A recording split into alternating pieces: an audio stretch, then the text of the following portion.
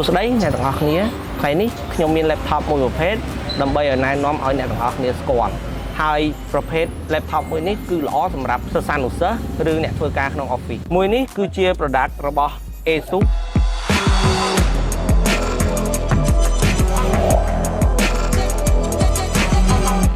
display របស់វាទំហំអេក្រង់គឺ14 inch ចំណែកឯអ្វីដែលសំខាន់របស់វានោះគឺវាអាចបត់បានដល់ទៅ180ដឺក្រេហើយ keyboard របស់វាការ click របស់វាគឺមានលក្ខណៈថាងាយស្រួលល្អជាង laptop មួយចំនួនអ្វីដែលពិសេសលើសពីនេះទៅទៀតគឺវាផលិតឡើងដោយបំពាក់ទៅលើ AI noise cancellation ការពារការជ្រាបចូលនៃសំឡេងរំខានលើសពីនេះទៅទៀតគឺ screen របស់វាគឺសល់ហ្គេមតិចបំផុតដែលយើងមើលទៅសឹងតែថាវាអត់មានហ្គេមតែម្ដងមួយនេះគឺវាមាន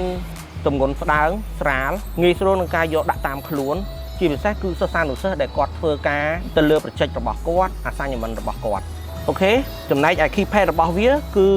វាមានភាព smooth ងាយស្រួលក្នុងការ touch ហើយ sensitive វាក៏ល្អដែរចំណែកឯកាមេរ៉ារបស់វាគឺយើងអាច lock វាបានយើងអាចបើកវាបានដែលវាជា privacy